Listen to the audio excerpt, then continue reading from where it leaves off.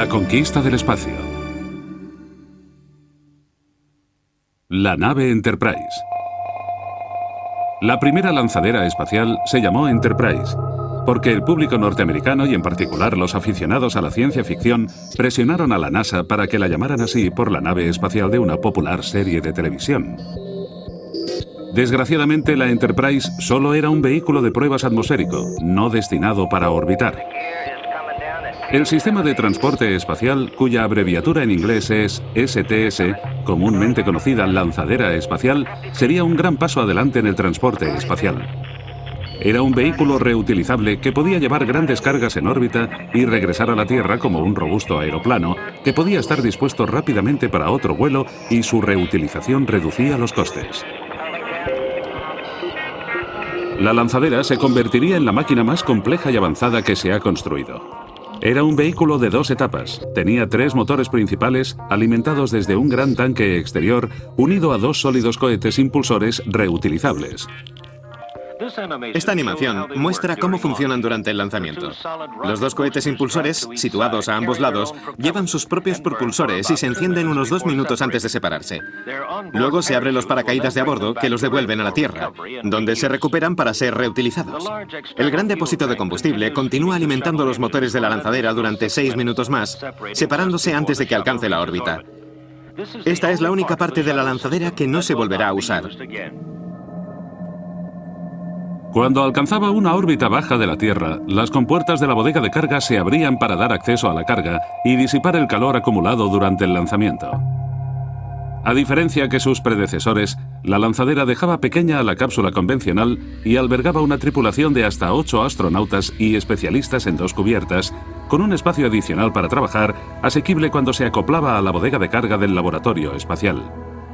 La capacidad de la lanzadera era menor que la del venerable cohete lunar Saturn V, pero se podían usar todas las instalaciones, incluyendo la estructura vertical y la plataforma de lanzamiento.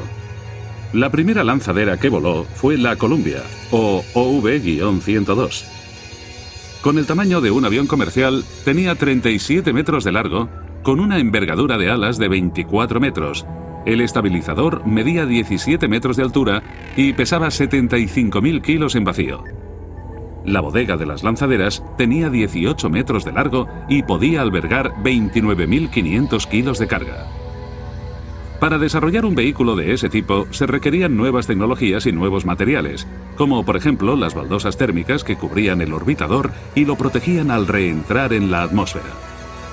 Este aislamiento de superficie para altas temperaturas era reutilizable y estaba hecho totalmente con arena de sílice. Cada baldosa era única en tamaño y forma y se colocaban a mano.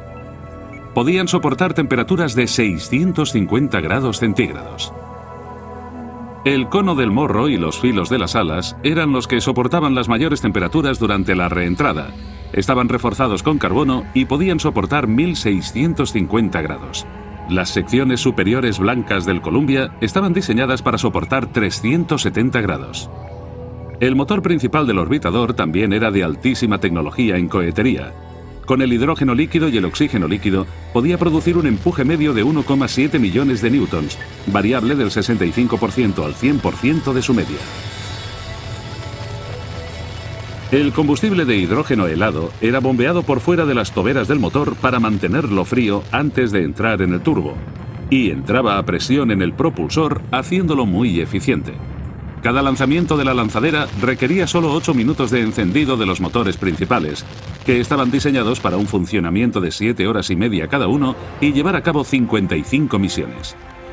En esos 8 minutos, los 3 motores consumían 540.000 litros de oxígeno líquido y 1,5 millones de litros de hidrógeno líquido, que dispensaba el depósito exterior de 47 metros de longitud.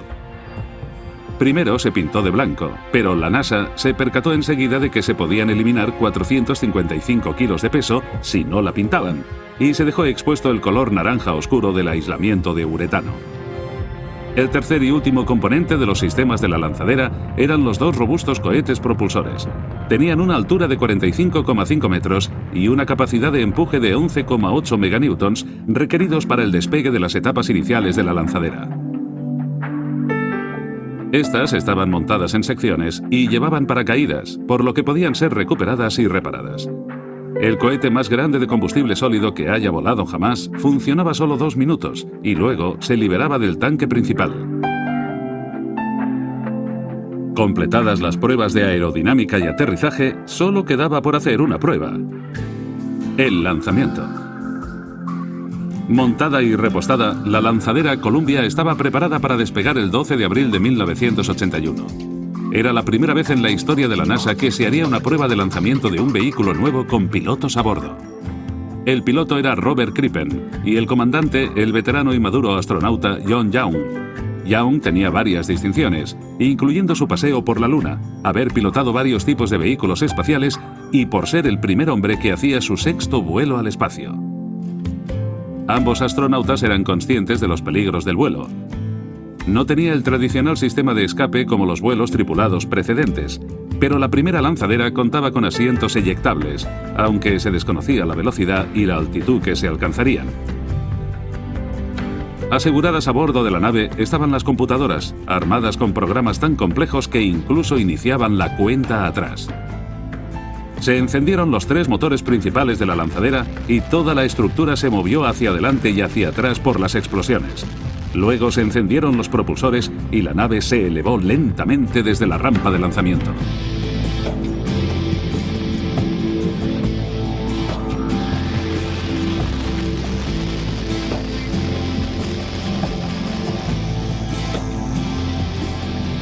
Después de haber estado en tierra durante 6 años, Norteamérica volvía al espacio.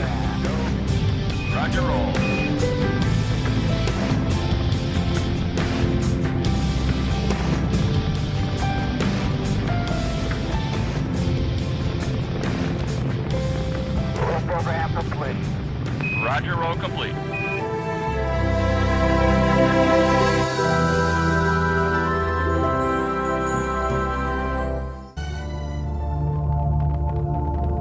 La lanzadera funcionó exactamente como se esperaba y había predicho la simulación en la computadora. Cuando alcanzó la órbita de la Tierra a 307 kilómetros, lo primero fue abrir las puertas de la bodega de carga, donde estaban situados los radiadores que refrescarían la nave del calor acumulado durante el lanzamiento. Young y Crippen comprobaron los complejos sistemas y controles. La lanzadera podía maniobrar y abandonar la órbita con el impulso de los pequeños motores OHMS situados junto a los motores principales. También contaba con varios propulsores para maniobras. Se descubrió que se habían desprendido y perdido algunas baldosas de la cubierta de los OHMS. Como no era un área de temperaturas críticas, se pensó que no sería peligroso durante la reentrada de la nave. La STS-1 solo permaneció en órbita 2 días y 6 horas, y luego empezó la peligrosa prueba de reentrada y de aterrizaje. La base Edwards de la Fuerza Aérea, donde se habían realizado las pruebas previas, fue el lugar elegido para el primer aterrizaje operativo.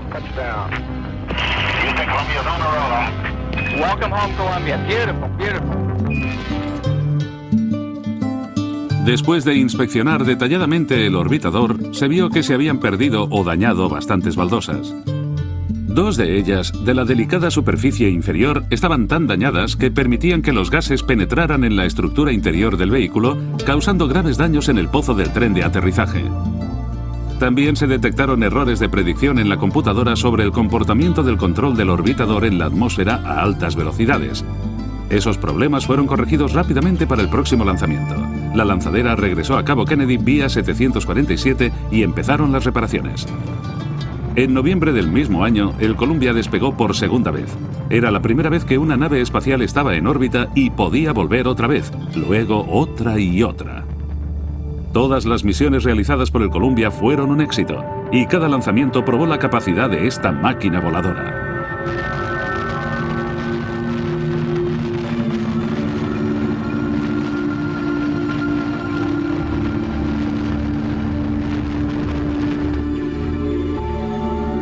Uno de los componentes probados durante esos vuelos fue el sistema manipulador remoto de la lanzadera, construido en Canadá, instalado a un lado de la bodega de carga.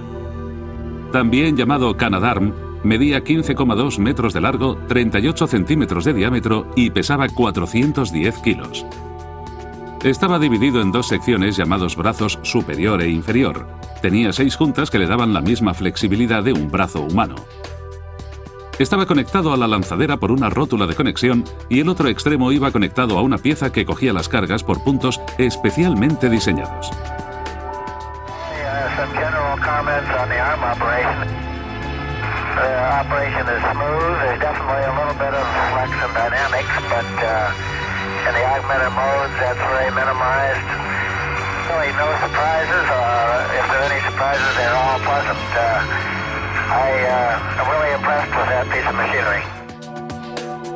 El brazo contaba con varias cámaras que permitían que el operador viera siempre todas las juntas y su posición. Eso también daba a los astronautas la capacidad de inspeccionar otras partes del orbitador que no se veían desde la portilla. El STS-5 transportó 4 astronautas al espacio, donde se llevó a cabo la liberación de 2 satélites. Una vez en la órbita geosincrónica, la lanzadera desplegaba los satélites de comunicaciones con un propulsor PAM unido al módulo de asistencia.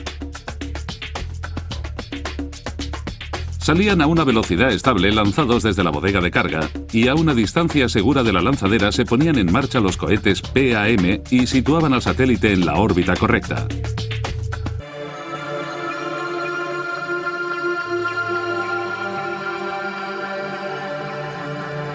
El STS-5 era también el primer vuelo de la lanzadera en el que la tripulación no llevaba trajes presurizados durante las fases de despegue y aterrizaje. Este procedimiento era el mismo que el de la Soyuz, hasta que 3 cosmonautas murieron en la Soyuz 13 por una rápida pérdida de presión. En abril de 1983 despegó el segundo orbitador de la flota.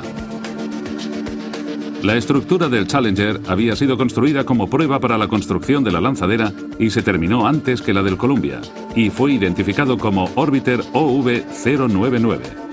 A la NASA la manufactura le pareció tan buena que decidió ahorrar dinero y usarla como base para el siguiente orbitador. Se habían hecho varias modificaciones en el diseño del Columbia. Llevaba menos baldosas termales y se hacía un mayor uso del aislamiento Nomex.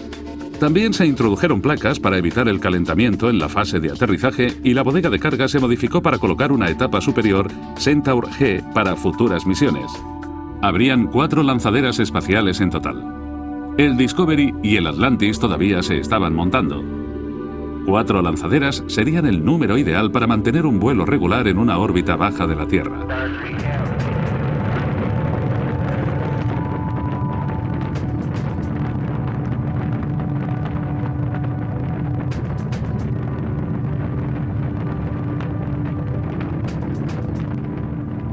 El Challenger y el vuelo STS-6 llevarían 4 tripulantes y el primero de los satélites TDRS. Esos satélites de comunicaciones y seguimiento, con un precio de 100 millones de euros, se convertirían en el primer canal de comunicaciones entre la NASA y los vehículos espaciales en órbita.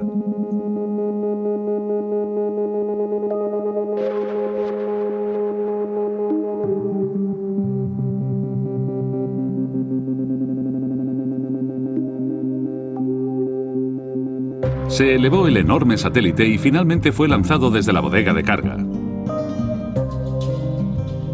El satélite llevaba una unidad PAM que lo situaría en una órbita geosincrónica.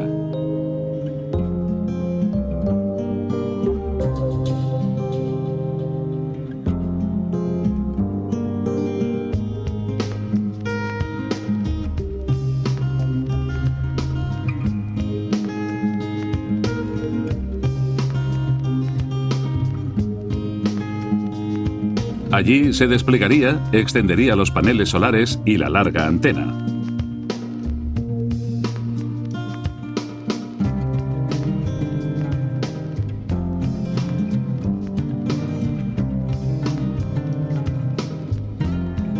El sistema requeriría un total de 9 TDRS con 3 satélites como elemento principal y cada uno tendría 2 sustitutos si era necesario.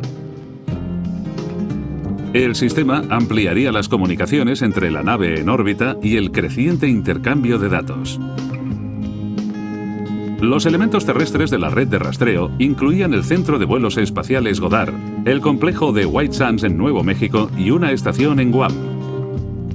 La red también permitiría las comunicaciones que las bases de tierra en áreas remotas como la Antártida estuvieran unidas a centros de datos y con comunicaciones de alta velocidad. Otros cuerpos orbitales podrían usar esa red de satélites. Pronto sería lanzado el telescopio espacial Hubble, que también utilizaría los satélites Landsat. El sistema TFRS era casi totalmente financiado por el Pentágono y también proporcionaba abundantes datos militares clasificados.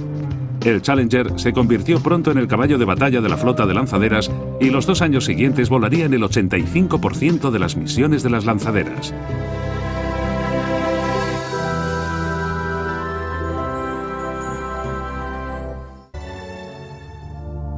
El STS-6 también estaría en el primer paseo espacial de una lanzadera en misión.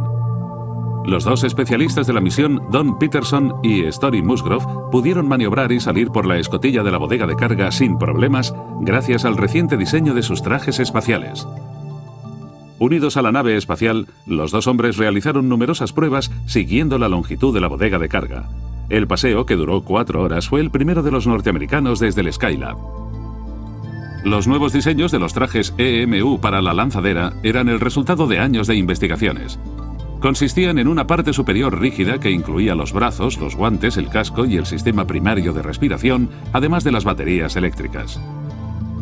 La sección baja estaba separada por la junta que la unía al torso. Era suave y flexible, y las perneras y las botas estaban unidas y selladas a la cintura. Debajo llevaban un líquido refrigerante y un calefactor, y prendas transpirables que contenían tubos de plástico por los que circulaba agua fría y ventilaban los trajes. El STS-7 fue el segundo vuelo del Challenger y llevaba 5 tripulantes, incluyendo a la primera mujer norteamericana que iría al espacio, Sally Ride, especialista de la misión. El vuelo puso en órbita 2 satélites más. También desplegaron y recuperaron el paquete experimental SPAS usando el brazo a control remoto.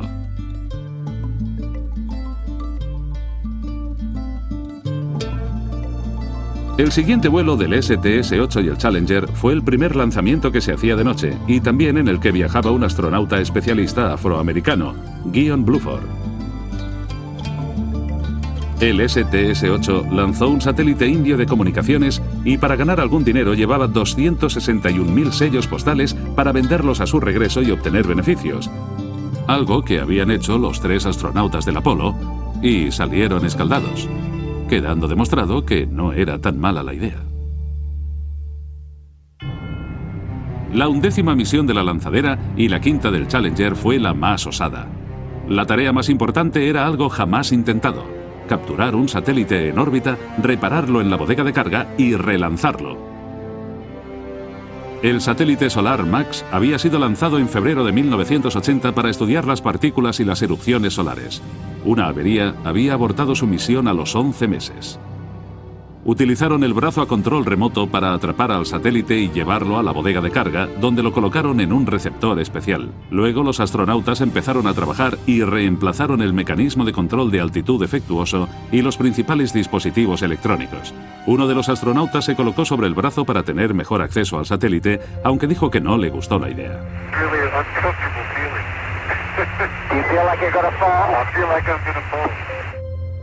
Una vez reparado y comprobado desde tierra, el satélite fue puesto nuevamente en órbita. El Solar MAX realizó su estudio del Sol y siguió trabajando otros 5 años antes de volver a la Tierra en diciembre de 1989. La misión fue filmada por una cámara IMAX instalada a bordo de la lanzadera y la película se estrenó en 1985 con el nombre El sueño está vivo. Los procedimientos en tierra habían dado paso a la era operacional. El tiempo del proceso se redujo a la mitad durante el vuelo orbital de prueba. Actualmente se tarda aproximadamente 13 semanas en preparar el sistema de lanzamiento del transporte espacial. El proyecto es que a mediados de los 80 despeguen 2 lanzaderas cada mes. Entonces, los vuelos de la lanzadera se hicieron más regulares, con estancias más largas y con más tripulantes. El Space Lab 1 europeo llevaba paquetes experimentales para estudiar la vida, la física del plasma, de la astronomía, astrofísica de alta energía, física solar, física atmosférica y tecnología para investigación. Se lanzaron numerosos satélites y se pusieron en órbita paquetes de instrumentos científicos que la lanzadera recogería en posteriores misiones. El Discovery, el tercer orbitador, fue lanzado el 30 de agosto de 1984. De todas las lanzaderas, sería la que mayor número de misiones llevaría a cabo y fue la primera en acoplarse con la Estación Espacial Soviética Mir. Con el éxito de los primeros vuelos, se fueron planeando más y se consiguieron más objetivos. Se estudiaron técnicas de construcción en el vacío del espacio para el montaje de la futura Estación Espacial Internacional. El Atlantis, el cuarto orbitador, fue lanzado en octubre de 1985. Era el más avanzado y contaba con todo lo aprendido de anteriores diseños. Se habían realizado 24 misiones, 118 astronautas y especialistas habían volado al espacio, se habían lanzado docenas de satélites de comunicaciones especializados y durante el 13º vuelo, una mujer había dado un paseo espacial. El Columbia había completado 7 misiones, el Challenger 9, el Discovery 6 y el Atlantis 2. We have main engine start, 4, 3, 2, 1, and liftoff. Liftoff of the 25th Space Shuttle mission, and it has cleared the tower. En un abrir y cerrar de ojos, se había iniciado la emblemática misión 25ª. El STS había demostrado ser un vehículo de lanzamiento capaz de poner satélites en órbita, de recuperar los errantes y repararlos in situ, ahorrando millones de euros. Podía llevar 8 astronautas a la vez y realizar en órbita amplias investigaciones científicas. El enorme coste del desarrollo de la lanzadera había valido la pena. Había probado su flexibilidad para permanecer en órbita si las condiciones meteorológicas para el aterrizaje no eran adecuadas o incluso seleccionar diferentes lugares para aterrizar. Era un logro del ingenio y la ingeniería norteamericana. Flight controllers here looking very carefully at the situation. Obviously a major malfunction.